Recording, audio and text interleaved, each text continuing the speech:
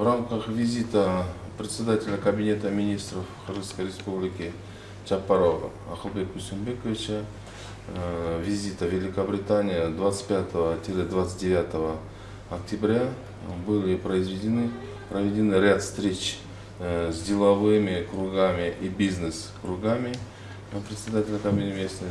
Непосредственно касаемо нас, это по геологическому направлению. Это первое участие в международной горно-рудной конференции Майнекс, где председатель Кабинета министров выступил с докладом.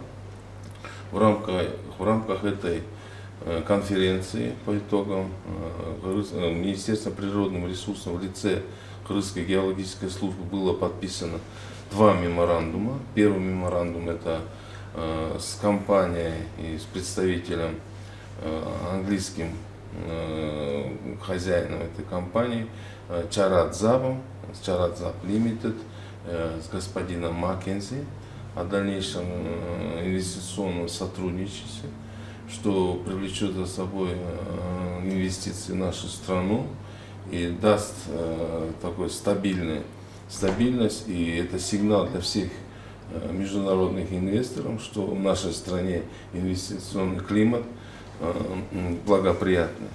Это второй аспект. И третий, самый основной аспект, это вопросы экологии. Потому что мы должны сегодня уделять этим вопросам очень большое внимание, и экологические вопросы были не на последнем месте. Второй меморандум данных встреч председателя Кабинета министров и нашего министра природных ресурсов — это то, что такой форум, как Майнекс, это международная площадка для всех горнорудных компаний, где они могут обменяться мнением, встретиться, переговорить, просто побеседовать и наладить какие-то контакты будущих привлечения инвестиций.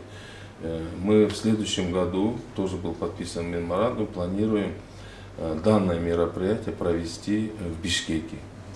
То есть это такой очень большой шаг, это никогда не было в нашей стране. И мы это приняли очень с энтузиазмом, потому что впервые планируем в 2024 году, вероятно, летом. Там есть определенный план мероприятий, которые мы проведем достойно, потому что наша страна, как в геологическом отношении, нам никогда не стыдно. Мы даже с гордостью представляем нашу службу, потому что, скажем так, бриллиантовая геология пришлась на 70-80-е годы, где открыто, и председатель Кабинета министров это отметил, было открыто за этот период более 15 тысяч месторождений по практически всем полезным группе всех полезных ископаемых. Это 51, которое учтено запасом, и они как бы отражены в 1020 месторождений по всем видам полезных ископаемых. Это был второй момент. Третий момент было участие председателя Кабинета министров на следующий день в такой очень тоже серьезной международной площадке, это Resource Tomorrow, где он выступил с докладом о наших возможностях, о нашем потенциале и инвестиционной привлекательности страны. Деловыми кругами Великобритании и других стран Центральной Азии, Балтии и Монголии это было воспринято очень так хорошо и принято. Очень многие крупнейшие мировые, скажем, инвесторы, в том числе в золотодобывающей отрасли, они изъявили желание в ближайшее время посетить нашу страну на предмет, скажем, разработки месторождений и в цели привлечения, вложения инвестиций в нашу страну. И также была посещена Лондонская биржа металлов, Лондонская фондовая биржа, была площадка по обсуждению критических материалов. Мы все знаем, что в сегодняшний день критические материалы выступают на первый план.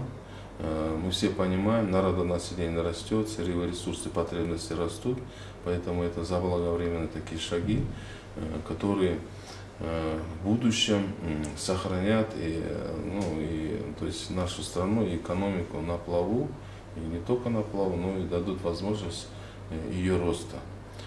Если, скажем, Европейская комиссия была принята 34 вида минералов, критических минералов, 17 которых являются общераспространенными. Эти 17 минералов, они полностью присутствуют в нашей стране, а 10 из них присутствуют в большом количестве. Поэтому потенциал в этом направлении у нас есть, и мы в этом направлении уже на уровне, скажем, Кабинета министров и президента эту работу уже начали.